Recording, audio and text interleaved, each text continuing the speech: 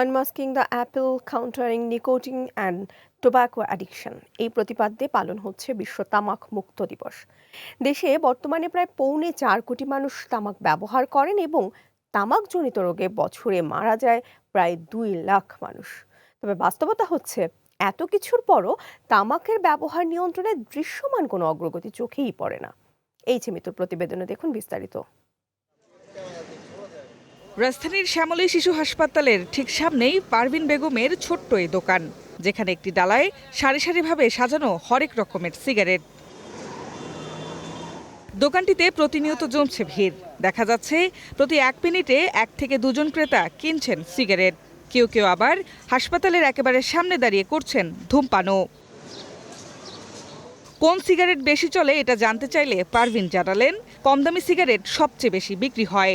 Hollywood, derby এটি চলে বেশি। তারপরে আবার হয়েছে আপনার এটা হয়েছে লাখি, এই সাদাও লাখি চলে, লাল লাখিও চলে।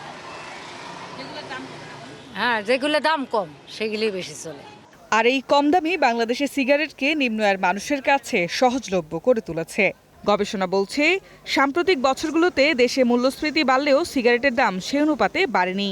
ফলে হাত বাড়ালেই তরুণ থেকে শুরু করে নিম্ন আয়ের মানুষ সবার কাছে মিলছে এসব সিগারেট। বিশেষজ্ঞদের মতে, তামাক ব্যবহারের কারণে প্রতি বছর বিশ্বে 80 লক্ষ মানুষ মারা যায়। এর মধ্যে শুধু ধূমপায়ী নয়, প্যাসিভ স্মোকিংয়ে অনেকে আক্রান্ত হচ্ছেন। মুখের ক্যান্সার হচ্ছে, তারপরে বুকে আসেন, একদিকে লাং ক্যান্সার, একদিকে হার্ট ডিজিজ, তারপরে পেটে পরিপাক্তদের নানা রোগ, তারপরে ছেলেদের যৌনশক্তি হ্রাস, মেয়েদের অকালে গর্ভপাত এবং পায়ের পচনশীল রোগ পচে যায়, যেটাকে গ্যাংগ্রিন বলি, পা কেটে ফেলতে হয়। শুধু আপাতমস্তক যে রোগগুলো হয় তার অন্যতম প্রধান কারণ হচ্ছে তামাক বা সিগারেট বা জর্দা। স্বাস্থ্য বিশেষজ্ঞরা বলছেন, তামাক নিয়ন্ত্রণে কঠোর নীতি, কর বৃদ্ধি এবং জনসচেতনতা না বাড়ালে ভবিষ্যতের ঝুঁকি আরও ভয়াবহ রূপ নিতে পারে। Mitu, green news, Dhaka.